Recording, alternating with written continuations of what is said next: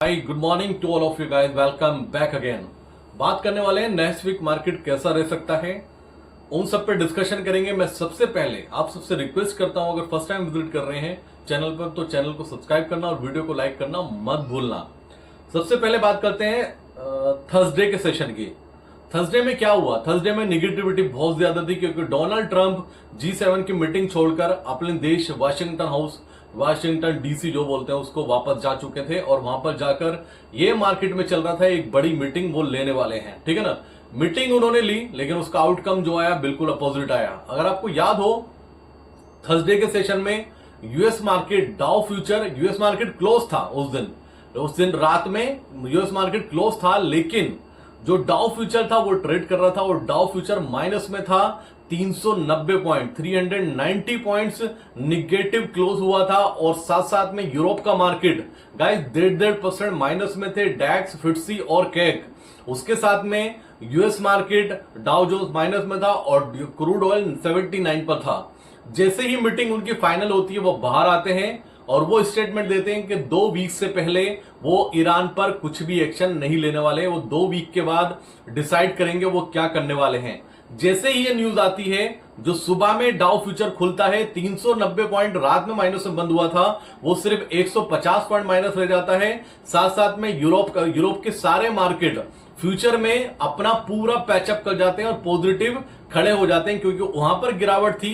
Reason उसका पीछे का यही था कि कहीं ट्रंप ईरान पर अटैक ना कर दे, लेकिन जो न्यूज आई वो मार्केट के लिए पॉजिटिव आई और सुबह में डाउ जोन्स आपको माइनस में जरूर दिखाई दे रहा होगा 150 पॉइंट्स, लेकिन आपने रिसर्च की या उसका इस लेवल का आपका एक्सपीरियंस था तो वो पैचअप कर चुका था रात की क्लोजिंग से 250 पॉइंट और यूरोप के मार्केट सारे प्लस में आ चुके थे। इंडियन मार्केट गिर नहीं रहा था। अगर थर्सडे के सेशन में देखें आप, मार्केट ब्रेथ बहुत ज्यादा वीक थी लेकिन इंडाइसेस नहीं गिर रहे थे। बैंक निफ्टी माइनस में था लेकिन निफ्टी नहीं गिर रहा था। रीजन मुझे जो लगता है सिर्फ और सिर्फ निगेटिविटी, क्योंकि इतनी निगेटिविटी थी, मैक्सिमम ट्रेडर, मैक्सिमम इन्वेस्टर अपनी लॉन्ग पोजीशन से एग्जिट करके शॉर्ट पोजीशन मैक्सिमम ट्रेडर ने बनाई। और मैं बार बार बोलता हूं, कितना भी न्यूज फ्लो निगेटिव क्यों ना हो, कितना भी निगेटिव क्यों ना हो, अगर पोजीशन साइजिंग निगेटिव साइड ज्यादा है तो मार्केट नहीं गिरेगा। इसके जस्ट अपोजिट कितना भी पॉजिटिव न्यूज फ्लो क्यों ना हो, अगर लॉन्ग साइड पोजीशन ज्यादा है मार्केट ऊपर नहीं जाएगा। मार्केट कभी भी जिस साइड पोजीशन या जिस साइड व्यूज ज्यादा होता है ट्रेडर और इन्वेस्टर का, उस साइड रिवॉर्ड्स नहीं देता है। वही कल के सेशन में मार्केट ने करके दिखाया। कल एक चीज और हुई गाइस, मैक्सिमम हमारे जो टेलीग्राम फैमिली मेंबर है उनका कहीं ना कहीं कल ऐसा हुआ कि प्रीमियम जो डीके हुआ 60 पॉइंट के करीब, 60-70 पॉइंट प्रीमियम डीके हुआ हमारे निफ्टी के लॉन्ग स्ट्रेंगल में। तो सबके मैसेजेस आने शुरू हो गए। मेरा एक ही आंसर था सबको कि मैं अपनी कैलकुलेशन पे ट्रस्ट करता हूं, मैं अपनी कैलकुलेशन पे बिलीव करता हूं। जो अभी आपको निगेटिव दिखाई दे रहा ना, ये पॉजिटिव आएगा और हमारे पास टाइम है। मार्केट वीक बायर को आउट कर रहा है। आप जाके देखेंगे मेरी चैट, उसमें हर किसी को ये लिखा कि ये सिर्फ और सिर्फ वीक बायर को आउट कर रहा है। मार्केट बड़ा ट्रेंड करने वाला है और वही हुआ। मैं बार बार बोला है कि तूफान से आने के पहले की शांति। निफ्टी एक टाइम पर 330-40 पॉइंट प्लस में हुआ, जो प्रीमियम हमने बाई किया था जिसमें 60-70 पॉइंट का लॉस में था। मैक्सिमम क्लाइंट्स का वो प्रॉफिट में स्क्वायर ऑफ हुआ और कुछ क्लाइंट का flat to negative square off हुआ जिसमें बड़े लॉसेस चल रहे थे। मैं बार बार बोलता हूं, मेरी प्रीमियम कैलकुलेशन मुझे डिफरेंट बनाती है, बाकी सबसे प्रीमियम कैलकुलेशन नहीं आएगी। ये प्रीमियम बाइंग का है या सेलिंग का है तो हम पैसा बना ही नहीं सकते। हम बड़ा पैसा बनाएंगे, बहुत बड़ा पैसा बनाएंगे, क्योंकि प्रीमियम कैलकुलेशन हमें सपोर्ट करती है। अब बात करते हैं करंट की सिचुएशन में, तो ट्रंप ने एक पॉजिटिव हिंट दिया। इजराइल और ईरान की वॉर में कंटिन्यू वही चल रहा है जो पहले चल रहा था और शायद सब कुछ इंक्रीज हुआ है। कुछ भी वहां से अभी तक पॉजिटिव आउटकम नहीं आया है। ईरान इस टाइम काफी हावी होता जा रहा है इजराइल पर, क्योंकि इजराइल ने कभी भी सपने में भी नहीं सोचा होगा कि ईरान उसका ये हाल कर देगा। आप सोचिए, जो बड़ी बड़ी इमारतें थी तेल अवीव में गाइस, वो गिरती हुई नजर आ रही, उसको डैमेज पहुंच रहा है। और ईरान ने दुनिया को दिखाया है कि ईरान के मिसाइल में कितनी पावर है और ये बढ़ता चला रहा है। और ये भी हो सकता है इसके बीच में गाइस जब बराबर की टक्कर होती है तो मैक्सिमम टाइम ऐसा होता है कि कंप्रोमाइज हो जाता है। अगर 48 आवर्स में कंप्रोमाइज की न्यूज भी आ जाए तो मैं सरप्राइज नहीं होने वाला, चाहे इतना निगेटिविटी इस टाइम चल रही हो सकता है 48 आवर्स में आपको मतलब कुछ ऐसी पॉजिटिव न्यूज आती हुई नजर आए जिसकी मार्केट उम्मीद नहीं लगा के चल रहा है, याद रखना। दूसरी बात गाइस, निफ्टी 300 पॉइंट पैचअप किया, बैंक निफ्टी 700 पॉइंट प्लस में बंद हुआ। यहां पे डिस्कशन करता हूं, पहला पॉइंट होगा एफआईज का डेटा। एफआईज का डेटा कैश में एफआईज ने 7,940 करोड़ की बाइंग की। अब इसमें ब्लॉक डील है या नहीं है मुझे नहीं पता। अगर मैं इंडेक्स फ्यूचर की बात करता हूं तो 117 करोड़ 117 करोड़ की इन्होंने बाइंग की है, लॉन्ग की है या शॉर्ट्स कवर किए हैं। स्टॉक फ्यूचर सरप्राइजली गाइस 4400 करोड़ के बाइंग किए हैं, ये पॉजिटिव डेटा है। अगर मैं एफआईज के डेटा को देखता हूं, ये बड़ा पॉजिटिव डेटा है। अगर ये एक्चुअल फिगर यही है तो क्वेश्चन ये रह होगा, अगर एफआईज का डेटा इतना पॉजिटिव तो गिफ्ट निफ्टी 90 पॉइंट माइनस क्यों है, उस पर भी आएंगे। दूसरी बात गाइस, इंडिया विक्स, अगर आप इंडिया विक्स को टैली नहीं करते, इंडिया विक्स को अपने इंडेक्स में लगाइए, अपनी वॉच लिस्ट में लगाइए और उसको टैली करना शुरू कीजिए। ये इंडिया विक्स बहुत मोटा पैसा देता है बनाकर, इसको हल्के में मत लेना। 52 वीक हाई 52 वीक हाई है इंडिया विक्स का 23.19 और 52 वीक लो है 13.32 और करंट जो चल रहा है 13.67 चल रहा है, यानी कि अपने 52 वीक लो से सिर्फ आधा % दूर है। 52 वीक लो से आधा भी नहीं, उससे भी कम है, अराउंड आधा % दूर है, क्योंकि 52 वीक हाई है 23.19 का और 52 वीक लो है 13.32 का और करंट प्राइस है 13.67, तो 52 वीक लो के आसपास आ चुका है।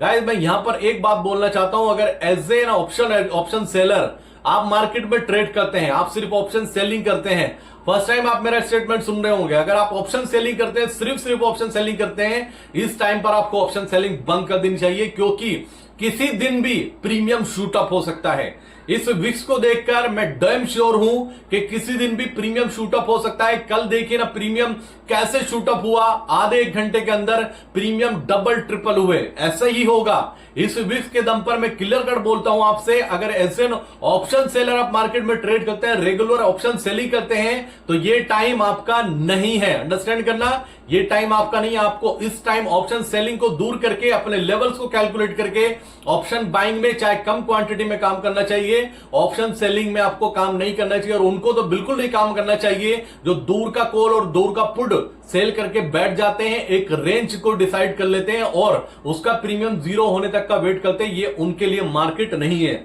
दूसरी बात गाइस, निफ्टी का पीसीआर सरप्राइजली 1.18 चल रहा है।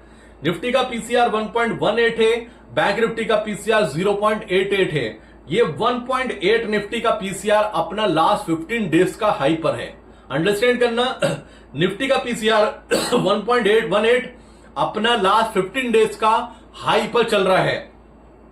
मैं ये नहीं कह रहा हूं कि ओवरसोल्ड हो चुका है, पीसीआर लाइट है, इसके पास स्कोप है जाने का 1.45 तक का। 1.8 को बोल देखकर हम ये नहीं सोच सकते कि निफ्टी ओवरबोट हो चुका है, अभी बहुत स्कोप है इसके पास आगे जाने का। ग्लोबल मार्केट की बात करता हूं, यूएस मार्केट में फ्लैट सेशन देखने को मिला। अगर आप ये सोच रहे हैं सिर्फ 35 पॉइंट प्लस में बंद हुआ है यूएस मार्केट, ये मत देखना, आप ये देखना नीचे से 400 पॉइंट रिकवर हुआ है, नीचे से 400 पॉइंट रिकवर हुआ। नेस्डेक आपको -990 दिखा रहा होगा, लेकिन आप नीचे से जाके देखेंगे 220 पॉइंट ये भी रिकवर हुआ है। एक सरप्राइज है वो है इंडिया S&P विक्स।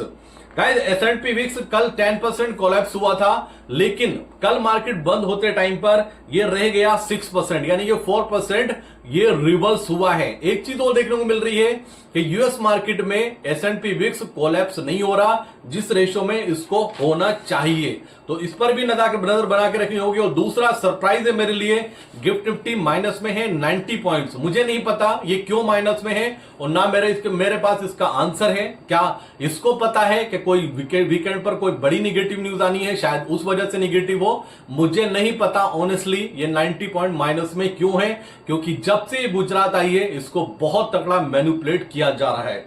तीसरी बात गाइस, क्रूड ऑयल 77 पर आ चुका है वापस से, और इसका कल का लो था 75.51 और हाई बनाया इसने कल 77.67। ये जितना 70 के ऊपर रुका हुआ 75 के ऊपर रुका हुआ है, इंडियन मार्केट के लिए निगेटिव है। ऑनेस्टली गाइस, इंडियन मार्केट के लिए निगेटिव है। अब क्वेश्चन ये रेज होता है कि अगर निगेटिव है तो कल मार्केट क्यों चला? निगेटिविटी में एक पॉजिटिविटी छुपी हुई है। क्या?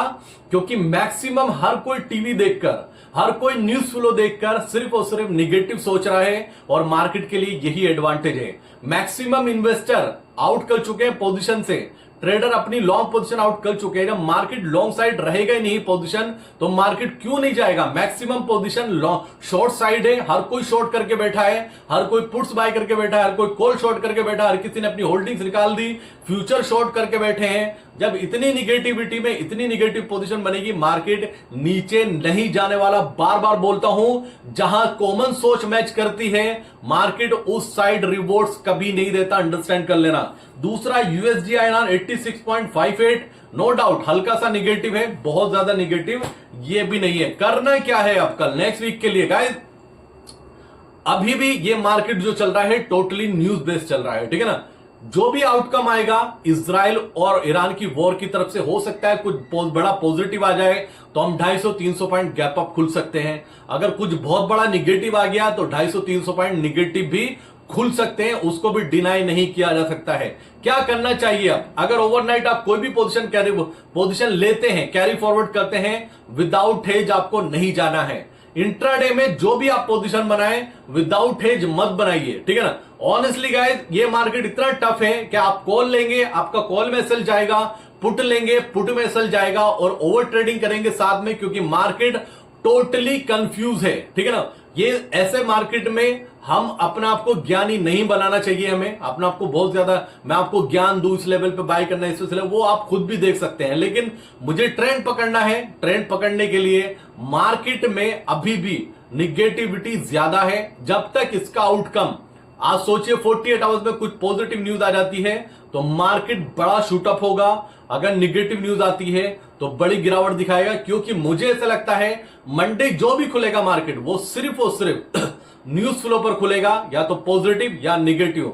मैं आपको ज्यादा ज्ञान नहीं दूंगा कि व्यू क्या होगा। जब इतना बड़ा न्यूज फ्लो चल रहा है, हमें स्मार्ट बनने की जरूरत नहीं है। नजर बना के रखिए सिर्फ और सिर्फ ईरान और इजराइल की वॉर पर, वहां से क्या आउटकम आता है। अगर पॉजिटिव आया तो बड़ी तेजी होगी, अगर निगेटिव आया तो बहुत बड़ी गिरावट भी हो सकती है। क्योंकि अगर प्रेशर में इजराइल है तो अमेरिका अगर उसके साथ आके खड़ा हुआ और उसने जल्दबाजी में कोई ऐसा डिसीजन लिया तो वो मार्केट के लिए बड़ा झटका भी हो सकता है। तो अपना आपको स्मार्ट नहीं बनना है, वेट करते हैं जो भी आउटकम आएगा। अगर इन 48 आवर्स में कुछ ऐसी न्यूज आती है जो मुझे आपके साथ शेयर करनी चाहिए तो मैं आपके साथ 100% शेयर करूंगा, चाहे वो निगेटिव हो या पॉजिटिव हो। अपनी position overnight hedge, without hedge नहीं जाना है। Thank you so much guys, ये पूरा अपडेट था मार्केट के लिए। देखते हैं मंडे का सेशन क्या होता है, अगले 48 आवर्स में क्या न्यूज आती है। आएगी तो शेयर जरूर करूंगा। तब तक के लिए जय हिंद दोस्तों।